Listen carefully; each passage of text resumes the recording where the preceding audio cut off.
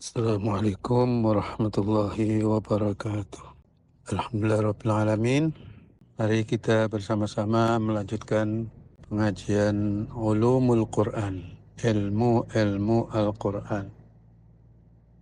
Ini adalah pengajian yang cukup menarik dalam kita memperingati peringatan Hari Besar Islam. Itu kan ada peringatan Nuzulul Quran. Jadi tidak akan diperingati kalau kita tidak tahu kapan turunnya Al-Quran. Sementara ini yang kita pastikan, kita yakini adalah Al-Quran turun pada bulan Ramadan. Tapi nanti kalau kita pelajari, ternyata ya masih ada pendapat-pendapat gitu ya tentang itu. Ya. Di sini disebutkan bahwa turunnya Al-Quran pada bulan Ramadan itu ada nas atau ada teks yang jelas di dalam Al-Quran, yaitu firman Allah Subhanahu wa taala azza wa jalla, "Syahrul Ramadan alladzi unzila fihi al-Qur'an."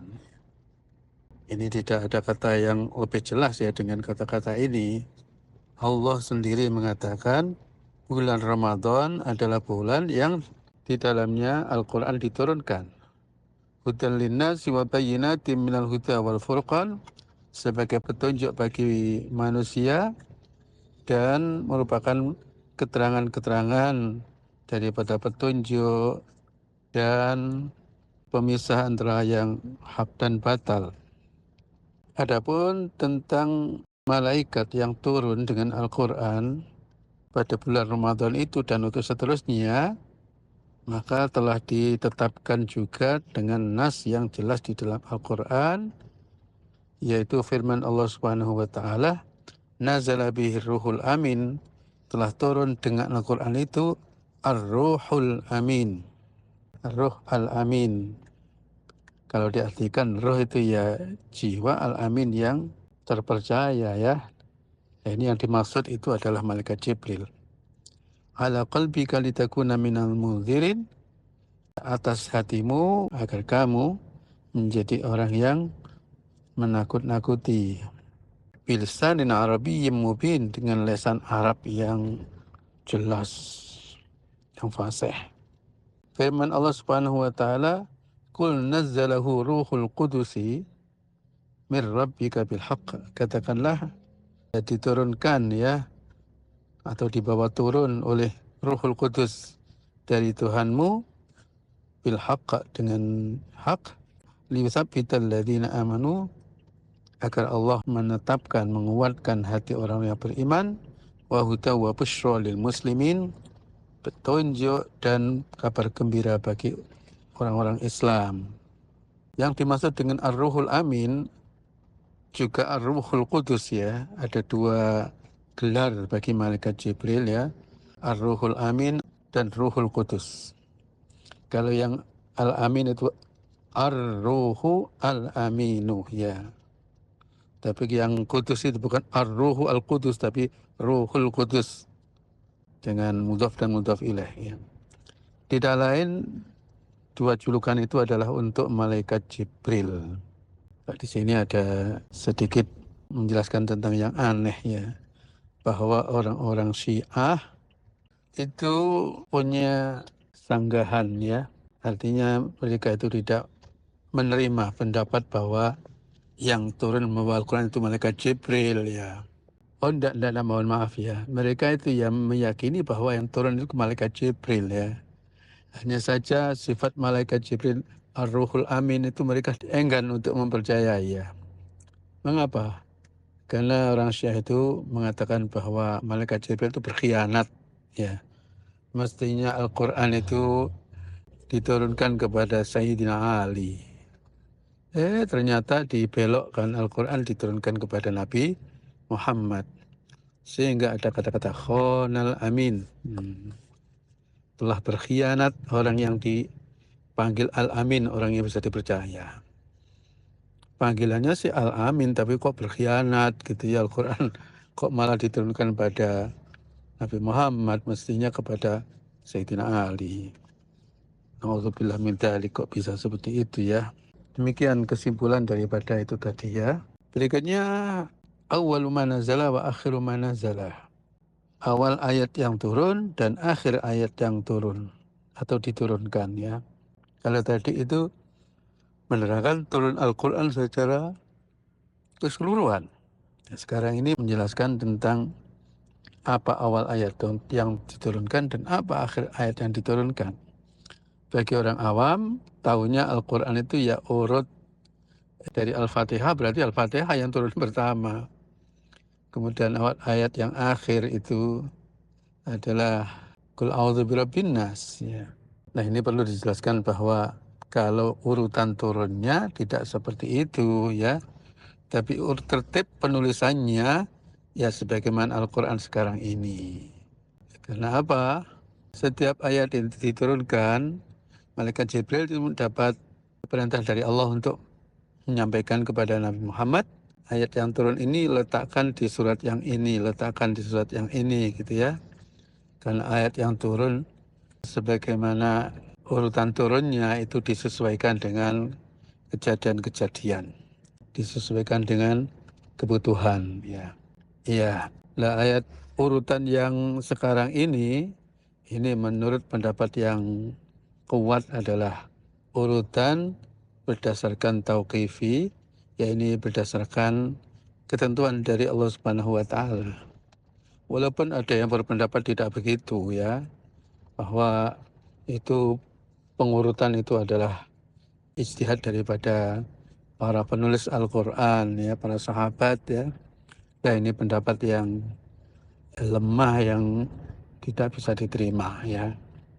Ini kenyataannya Al-Quran yang diturunkan, kenyataan urutan Al-Quran itu juga diyakini ada hikmah-hikmah. Kenapa Al-Baqarah turun, ditulis ya, ditulis awal, kemudian Al-Imran itu. Ya, apa kira-kira apa rahasia-rahasianya gitu ya. Sampai pada akhirnya ada perkataan yang cukup menjadi bukti bahwa urutan itu, urutan penulisan ya seperti yang ada sekarang ini. Di antaranya adalah Al-Quran itu diawali dengan doa, diakhiri dengan doa. Nah ini ya, yaitu Al-Fatihah itu kan doa ya. Kemudian surat An-Nas dan juga dimulai dari Qul huwallahu ahad itu ya, 3 surat itu adalah doa. Ada lagi yang aneh, ini luar biasa ya. Jadi orang yang hafal Al-Quran, ahli Quran itu orangnya harus orang yang tawadhu ya. Nah ini kenapa? Kok ada perintah seperti itu? Karena Al-Quran itu diturunkan dengan dimulai Al-Quran itu dengan kasroh, diakhiri dengan kasroh. Ya. Bismillah itu kan Pak itu kasroh. Kemudian minajinnati wan nasi ya kasroh ya. Kasrah itu ya ini pecah. Kasrah itu artinya ketundukan. Kasrah itu tazallul atau merasa hina gitu ya. Ya, jadi begitu. Orang ahli Quran itu Allah sangat menghormatinya, menjunjung setinggi-tingginya, tapi orangnya itu harus terbiasa dengan tawadhu ya. Ayat yang pertama kali turun yaitu ayat yang pertama daripada surat Iqra. Ayat pertama sampai ayat yang kelima. Iqra bismi rabbikal ladzi khalaq, khalaqal insana min 'alaq, Iqra wa rabbukal akramul ladzi 'allama bil qalam, 'allamal insana ma lam ya'lam. Sampai di situ itu ayat-ayat yang pertama kali turun. Adapun ayat yang terakhir turun ya yaitu ayat yang berbunyi wattaqu yawman turja'una fihi ila Allah summa tuwaffa kullu nafsin ma kasabat wa hum la yuzlamun. Surat Al-Baqarah ayat 281. Ini yang pendapat yang rojeh. Rojeh itu yang unggul, yang dipilih oleh para ulama, yang dipelopori oleh Imam As-Suyuti. Yang demikian itu diriwayatkan dari alimnya sahabat Nabi Muhammad, yaitu Abdullah bin Abbas.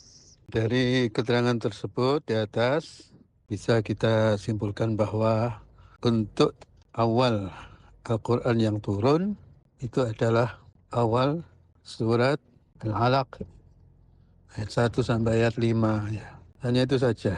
Kalau ada yang berpendapat bahwa urutannya itu sesuai dengan urutan di Al-Quran, itu pendapat yang sangat-sangat lemah ya. Selanjutnya ayat yang terakhir turun inilah yang menjadi perdebatan gitu ya.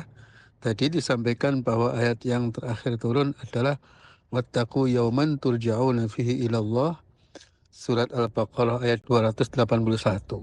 Ya. Ternyata ya ada pendapat-pendapat lain. Pertama yaitu orang yang berpendapat bahwa ayat yang terakhir turun adalah surat Al-Maidah ayat 3 yang berbunyi al-yauma akmaltu lakum dinakum wa atmamtu alaikum ni'mati wa raditu lakumul islam madina. Dari kandungan ayat ini ya ada merek-mereknya, ada pantas-pantasnya kalau itu adalah ayat yang terakhir turun. Karena ayat itu mengatakan hari ini aku sempurnakan untukmu agamamu dan aku sempurnakan atasmu nikmatku dan aku ridho untukmu Islam sebagai agama. Ini bisa dikatakan pendapat yang tidak betul. Nanti akan dijawab ya, akan dijawab bahwa tetap pendapat yang diunggulkan adalah wattaqu yauman turja'una fihi ilallah. Mengapa demikian? Karena setelah turun al-yauma akmaltu lakum dinakum, Rasulullah masih hidup 81 hari. Ya. Sedangkan ayat wattaqu yauman turja'un, ayat itu setelah itu Rasulullah hidup 9 hari saja. 9 hari saja. Jadi itu yang terakhir ya. Dan dengan turunnya ayat ini, yaitu wattaqu yauman turja'un, putuslah wahyu, dan itu adalah akhir hubungan langit dengan bumi, dan Rasulullah kembali ke hadapan Allah Subhanahu wa Ta'ala setelah turunnya akhir ayat Al-Quran ya, dan setelah melaksanakan amanat dan menyampaikan risalah dan menunjukkan manusia kepada agama Islam. Masih ada pendapat lagi ya yang mengatakan bahwa surat yang terakhir turun adalah ayat surat Al-Nasr, idza jaa nasrullahi wal fath ya. Nah, ini juga tidak betul. Ya, tapi untuk mengkompromikan pendapat-pendapat itu maka bisa diberi jawaban yang cukup menarik, yaitu bahwa kalau satu surat utuh yang terakhir turun adalah An-Nasr, ya, surat An-Nasr, ya. Kemudian yang kedua, kalau ayat-ayat hukum, ayatul ahkam, ayat yang diturunkan untuk undang-undang, ya, itu yang terakhir turun adalah al-yauma akmaltu lakum dinakum. Ya. Kemudian kalau ayat secara keseluruhan, yang terakhir turun adalah wattaqu yauman turja'una fihi ilallah. Ya, ini enak jawaban begini ini ya. Ya, selanjutnya ternyata masih ada iskal atau ada problematika terkait dengan pertama ayat yang pertama kali turun ya. Itu katanya awal surat Al-Muddatsir. Ya. Ya, memang kenyataannya dalam sejarah setelah turun Iqra bismi rabbika itu selanjutnya turun ya ayyuhal muddatsir. Kok ada riwayat yang mengatakan bahwa ya Al-Muddatsir itulah adalah ayat yang pertama kali turun. Sebagaimana hadis Rasulullah, dia berkata sesungguhnya aku telah tinggal di Gua Hira. Setelah saya mengakhiri tinggalku di Gua Hira, saya turun, maka saya melalui jurang-jurang ya. Kemudian saya melihat di depanku dan belakangku dan kanan dan kiriku. Kemudian aku melihat ke arah langit tiba-tiba saya lihat Jibril, sehingga hal itu membuatku aku ketakutan. Maka aku datang ke istriku Khadijah, aku perintah kepada mereka, tolong saya diselimuti. Maka turunlah, ya ayyuhal muddatsir. Jawabannya, kalau itu dikatakan surat yang bukan ayat ya, yang pertama kali turun selengkapnya, ya betul dikatakan bahwa Al-Mudaththir lah yang turun pertama kali secara tuntas satu surat. Ya, seperti halnya Idza Jaa Nasrullah, itu adalah surat yang terakhir turun satu surat. Makanya pertanyaannya mestinya surat apa, bukan ayat apa ya. Surat apa yang pertama kali turun genap satu surat? Jawabnya surat Al-Mudaththir. Kalau ayat yang pertama kali turun, jawabnya adalah yaitu Iqra bismi rabbika sampai 5 ayat.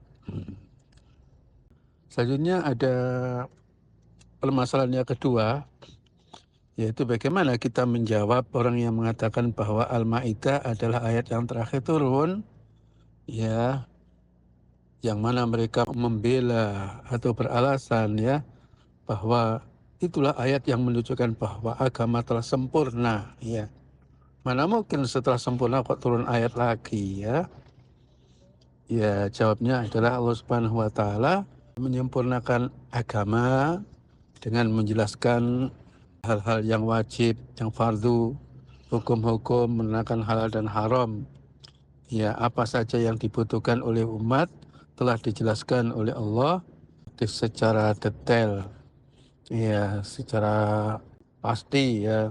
Nah, ini tidak menutup kemungkinan bahwa setelah itu masih ada ayat lagi yang turun, tapi tidak berisikan undang-undang, tidak berisikan dengan fikih. Ya, coba ayatnya, wattaqu yauman turja'una fihi ilallah. Takutlah kamu, hai Muhammad, suatu hari di mana di hari itu kamu dikembalikan ke Allah. Kamu dicabut nyawamu lah, gitu kurang lebihnya ya. Ya, kemudian summa tuwaffa kullu nafsin ma kasabat wa hum la yuzlamun. Kemudian nanti masing-masing orang itu akan diberi balasan sesuai dengan apa yang dia lakukan tanpa ada kezaliman. Justru ayat yang ini yang betul-betul merupakan tanda-tanda bahwa Nabi Muhammad sudah akan mengakhiri hayatnya.